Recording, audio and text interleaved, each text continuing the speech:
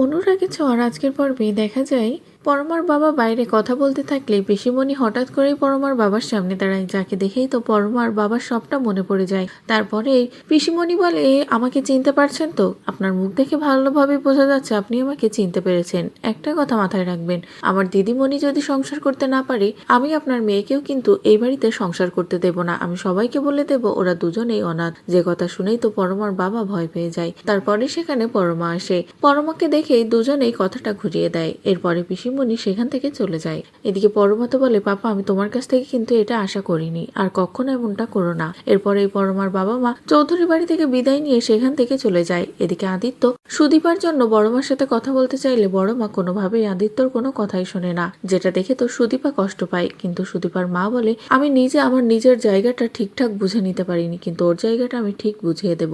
এরপরে সুদীপা নিজের ঘরে চলে যায়। অন্যদিকে কুন্তলা গ্রামের বড় ডাক্তারবাবুর সাথে দেখা করে। তার সাথে দেখা করেই বলে, আমি আপনার কাছ থেকে কিছু জানতে চাই সুদীপার ব্যাপারে। আমি না সুদীপার বাবা মাকে চিনি, ওরা না এখানে নেই। যে কথা শুনেই তো বড় ডাক্তারবাবু বলে, আপনার কথা ভুল হচ্ছে, ও এই গ্রামেরই মেয়ে, ওকে আমি জন্ম হতে দেখেছি। যে কথা শুনে তো কুন্তলা দুশ্চিন্তায় পড়ে যায়। এরপরেই কুন্তলা বলে, আপনি আমার কার্ডটা রাখুন, কখনো যদি মনে হয় যে আপনি আমাকে কিছু জানাবেন ওর ব্যাপারে, তাহলে আমাকে একটা কল করবেন। বলেই কুন্তলা সেখান থেকে চলে যায়।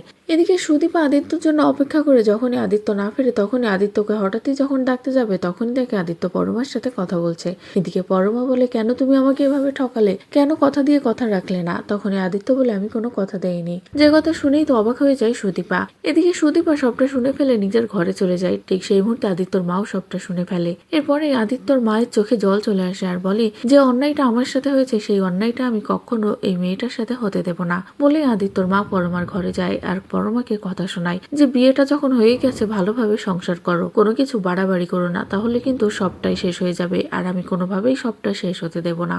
মাথায় রেখো কথাটা। অন্যদিকে সুদীপাকেও বোঝানোর চেষ্টা করে আদিত্য, কিন্তু সুদীপা বলে, আমার একটাই লক্ষ্য, আমি এই বাড়িতে এসেছি শুধুমাত্র আমার স্বপ্ন পূরণ করতে, অন্য কিচ্ছু নয়। এরপরে সেখানে আদিত্যর মা যায় আর বলে, আজ তো তোদের কাল রাত্রি, আদিত্য তুই কেন এই ঘরে এসেছিস? এখান থেকে যা। যে কথা শুনেই তো সুদীপা বলে, মা আমি আপনার ছেলের মুখ দেখিনি, চিন্তা করবেন না। তখনই আদিত্যর মা খুশি হয়ে যায় আর বলে, মা আমি তোমার কাছ থেকে এটাই আশা করেছিলাম। এরপরেই আদিত্যর মা বলে, তুই সোজা অভির ঘরে যাবি, মাঝে কোথাও দাঁড়াবি না। যে কথা শুনে আদিত্য বুঝতে পারে যে তার মা হয়তো সবটা জেনে গেছে। তো বন্ধুরা, এই ছিল অনুরাগের ছোঁয়ার আজকের পর্বের আপডেট। পরবর্তী আপডেট পেতে অবশ্যই আমাদের চ্যানেলটি সাবস্ক্রাইব করো।